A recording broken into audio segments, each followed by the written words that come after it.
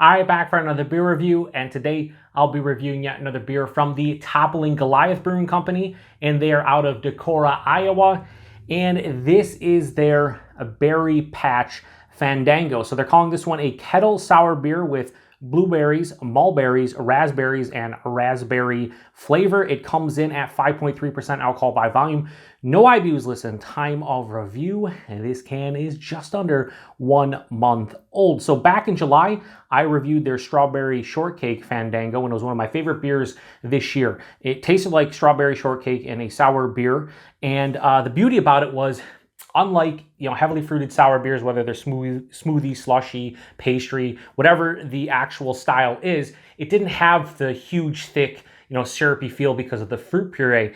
It tasted like those beers, but with like a lighter body. It was just fantastic. So when I saw this one show up, I was like, sign me up. I like blueberries, love raspberries, mulberries. I've had a couple times. Can't say I eat them all that regularly, but I remember them being good. Only concern here is the raspberry flavor. Is that necessary? I don't know. But anyway, we're going to crack this one. Oh, hang on. Let me read the back here because it talks a little bit about it. It says, Berry Patch Fandango Kettle Sour's flavor profile is a melange of blueberries, mulberries, and raspberries inspired by homemade jam. It balances the sweet and tart notes of all three fruits, leaving you with the perfect taste of summer's harvest unfiltered beer. Sediment is normal. Okay, clearly. Anyway, I'm super excited about this one. I grabbed it and no second thoughts. So yeah, it has a beautiful color like you'd expect, having those three berries in there.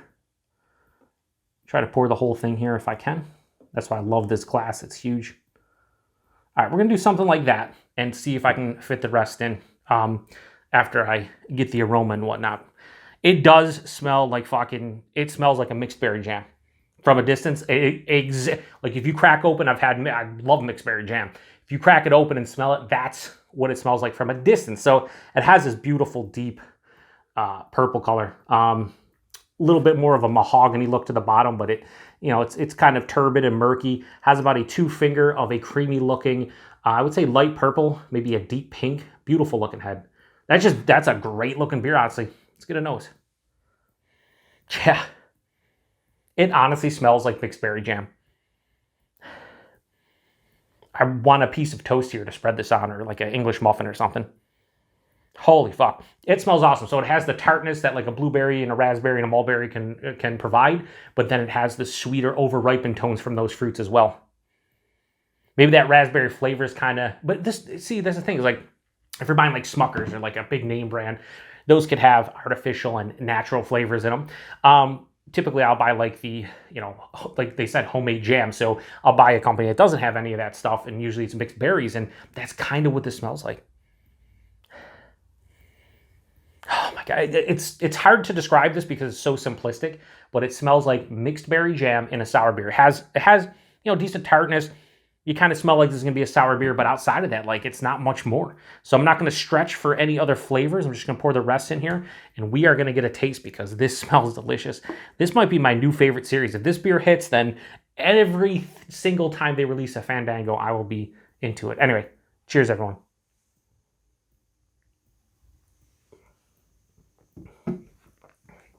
That's absolutely fucking dynamite.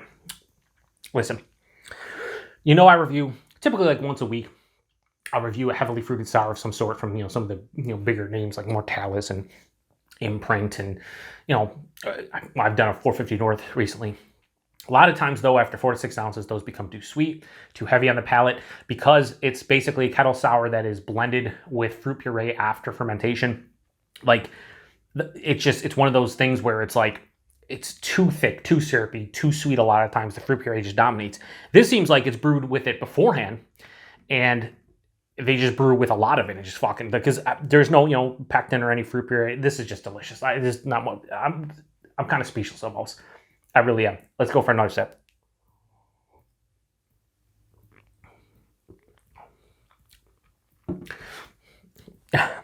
This might be my favorite beer this year. Just gonna say that right now. The body on this one at 5.3%, it's big, but it's not thick and syrupy. This is like higher side of medium body, so it has an oomph to the body, but because it's not just that puree, it's not that thickness, that smoothie milkshake-esque kind of feel to it. And I like that. I think that makes it way more refreshing. Not to mention the mouthfeel, which is really crisp on the palate, effervescent, lots of spritzy carbonation, but it's still smooth on the back of the palate. The taste is fucking immaculate. It's phenomenal. It's just, you know what? It's kind of voodoo. Right in front of the palate, all those berries. And again, it's mixed berry jam to me. It's blueberry, it's a raspberry. Sure, mulberries. I would say more like blackberry. I don't know if mulberries are very similar, because it kind of looks like mulberries. Kind of looks like blackberries on there. So that's probably what mulberries, maybe mulberries are like a hybrid or something. I don't know. I remember having them before, but I can't, years ago, right? So this is just a mixed berry kind of jam, but it's all tart and sweet at the front of the palate. Like, it just has like you scoop jam and you're tasting it, but it's not overbearingly sweet. It passes through halfway through the palate. The base kettle sour hits. It has a nice firm tartness, a low acidity. The acidity is not too bad. It doesn't feel like I'm gonna have heartburn drinking half of this can. If I drink the entire can, maybe a little bit of heartburn, but nope. It finishes with a nice dryness. Semi-dry, but it has that like soda pop kind of phlegmy kind of feel on the back of the palate. So it's definitely sweeter. Okay, this is a sweeter beer, but it doesn't approach like a pastry sour or any of those smoothie styles where they can just be crazy sweet. You take 4 sips and you're done, right? It's not like that. No bitterness to speak of here, but you're not really looking for it. 5.3%, you can't taste it. I think I have now I think Toppling Goliath has found a niche here where they're producing like almost a pastry sour, but it doesn't have the body of the crazy pastry sours because there isn't a shit ton of puree that they blend it with. So it's not like you're just drinking fruit puree with some alcohol and a base sour. It's almost like the base sour is incorporating the puree in the best way possible. I'm gonna drink the rest of this can. I'm gonna love every second of it because is it sweet? Sure. Is it too sweet? No. I think I have a sweet tooth, so I appreciate it, but there's enough tartness and acidity to kind of balance it out. That dryness on the back of the palate really balances it out to some degree. Still, again, it leans a little bit sweet. So this is going to get a high score. I like this more than the Strawberry Shortcake Fandango because I like berries more than I like these berries more than I do strawberries. I'll take that back. I would say blackberries, raspberries, strawberries, and then blueberries. But I think the fact that this tastes like homemade jam, they weren't lying. Homemade jam, without a doubt. Yeah, it just does it for me. So I have no problems giving Berry Patch Fandango from Toppling Goliath a high 4.75, 4.85.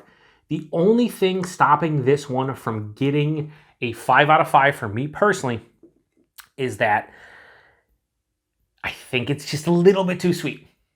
And that's what stops it from being a 5 out of 5. But the fact that I gave it a 4.85 out of 5 just speaks volumes of how much I love this beer. If you have not had anything within their series, I'd say grab it. They're 2 for 2 for me.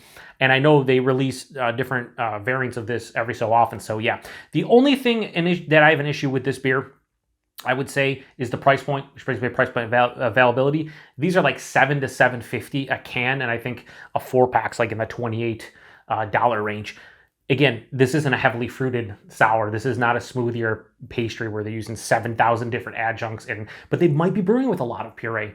They might be doing that, so maybe that's where the cost is. But even at $7 a can, and that is a crazy high number for a 5.3% like fruit beer with some berries in it. This is fucking worth it because this is delicious. Availability, I have no idea with Toppling Goliath. I just know here in the Buffalo, New York area, we see their stuff regularly. Although I want to say that the double dry hop King Sue, which I've been wanting to try because I see so many people loving it, and I love regular King Sue, I have not been able to find that all that fresh. So I need to search that one out because I love King Sue, and I think the double dry hop version is probably even better. A lot of people love it. So anyway, if you've had this one before, post in the comment section. Let me know what you think about it. If you had the Strawberry Shortcake one or anything within the series, let me know. This is like, again, the evolution for me of these heavily fruited sours. It's like all the good flavors and everything you want, but without the crazy thick smoothie-like body, which, don't get me wrong, I could be in the mood for those, but I feel like those sours at this point are like, I want to split that can with a couple other people because it just bogs me down after drinking 4 to 6 ounces of it. This one, really refreshing to some